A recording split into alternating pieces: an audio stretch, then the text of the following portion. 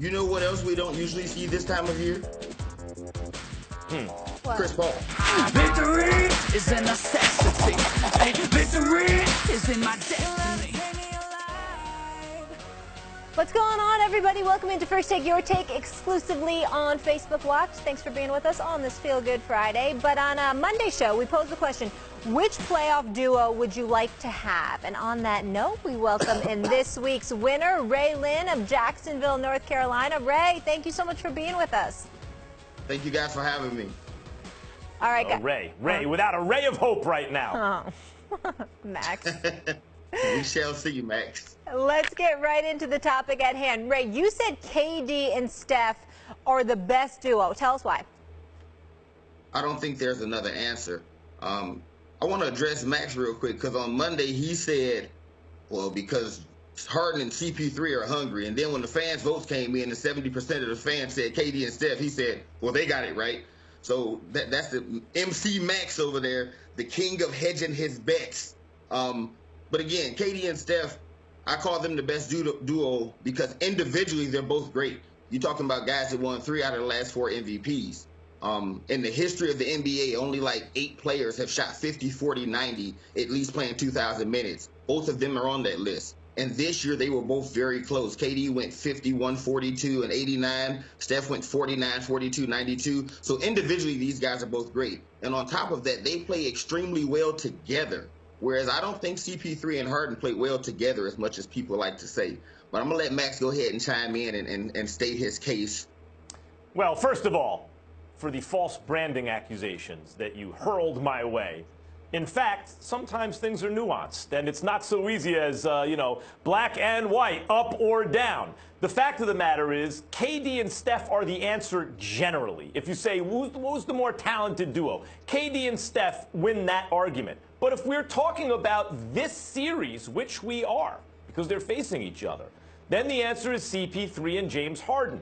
Not just because they're hungrier, not just because, in fact, they complement each other much better than I anticipated they would when the CP3 deal was made, when he signed with Houston. Because not only do they stagger their minutes at times, so 48 minutes you get of elite primary ball handler, but when they're playing together, and now CP3 is off ball a lot of times, you can see his prowess as a scorer, a much better scorer than I think most of us remembered. But in addition to all that, you know what time of year it is. It's the end of the year, Ray. You know what that means? Steph is banged up, and his effectiveness is clearly hampered by injury right now, or at least by the way his body is feeling. So for all those reasons, I'd rather have, for this series, Harden and CP3.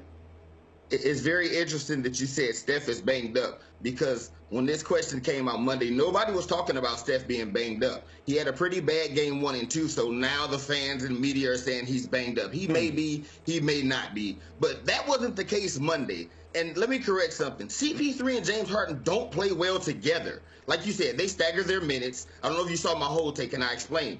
James Harden plays about 35 minutes a game. CP3 is at about 33 for the season. So that's 15 minutes that James Harden is on the floor without him. That's 13 minutes that CP3 is on the floor without James Harden. When they're on the floor by themselves with the other guy on the bench, they run the offense, they get all the touches. We know Houston's offense is pick and roll till you get the matchup you want, ISO with Harden or CP3. But when they're on the floor together, they pretty much stand around and watch one another, and it's whoever has the hot hand. If Harden has the hot hand, CP3 turns into a role player standing on the wing waiting on the ball. They're not effective off ball at all. They don't play well together. They're two guys that play well on the same team. We know Mike D'Antoni puts the ball in a point guard's hands and makes them look great. I think you're making a very good point.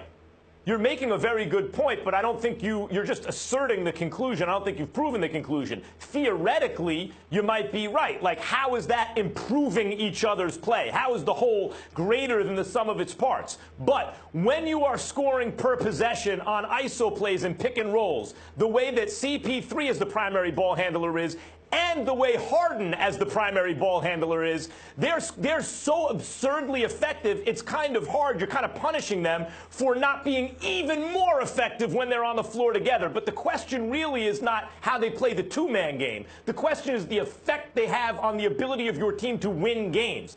And the effect those two have had on the Rockets' ability to win games is almost the highest ever. You include the whole 48 minutes. So, again, and then you look at Golden State, you talk about, no one was talking about Steph's injury, before game one, whatever, but it's become increasingly apparent, right? Or I'll ask you, does it not look to your eye like Steph is physically compromised? Like he's not moving all that quickly? Because it sure seems that way to me.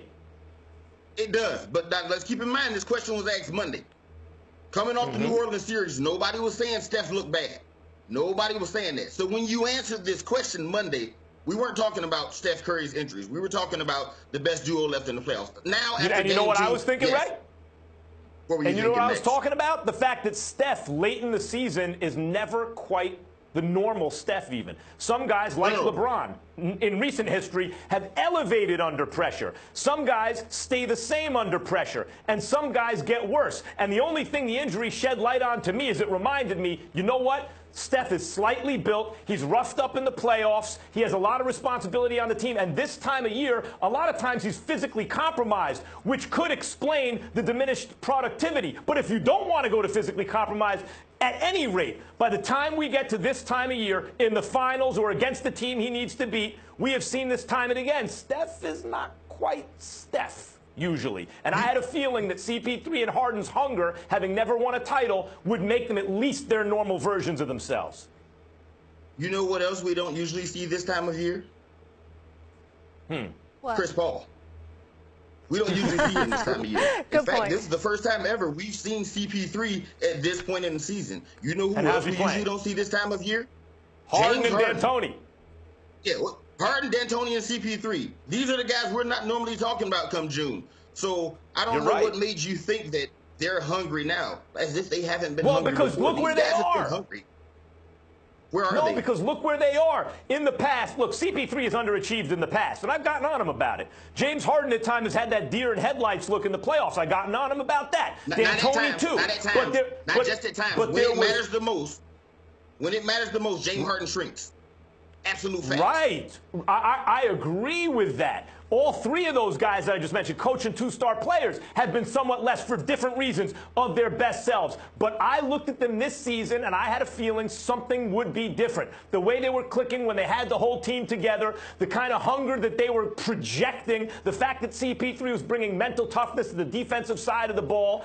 And so, yeah, part of it was hunch-based on what I went with CP3 and Harden. But I think they're proving me right. They are playing exceptionally well. Are they? Yes. Are they? Were you saying this after game one? You were saying this after game one? No, I'm saying it after game two. After game two. And why did they win game two? Because they played very well. Decided to play with they decided to play with the rest of their teammates. PJ Tucker showed up. Ariza showed up. Aaron Gordon showed up. CP3 and Harden did what they did in game two. And why didn't Golden State play well in game two? I wouldn't say Golden State didn't play well. They did what Golden State does. Steph wasn't his normal self. You're talking about a team that won 65 games. I would say Steph was isolated. Were they picking on Steph defensively, yes or no? Yes, game one and game two. Game one, it didn't quite work out for him. Game one, it didn't work out for him. Game two, he's not a great defender. We're not sitting here and act like. Let me ask you this, Ray. Let me ask you this. Let me ask you this. 2 games are in the books. It's 1-1. They're heading to Golden State. At this moment, who has played better, the combination of Harden and CP3 or the combination of Durant and Curry? The combination? Yeah, because that's the question. KD and Steph. CP3 hasn't played as well. We have to agree to disagree in that case. We got to agree to disagree in that case. People are really making it out like CP3's playing extremely well. His numbers really aren't that great. They aren't that great. He's playing extremely well. Especially in game two, he played extremely well. It's not just about counting numbers, Ray. You know that. He played great in the third quarter. He played it. That run they went on was led by CP3.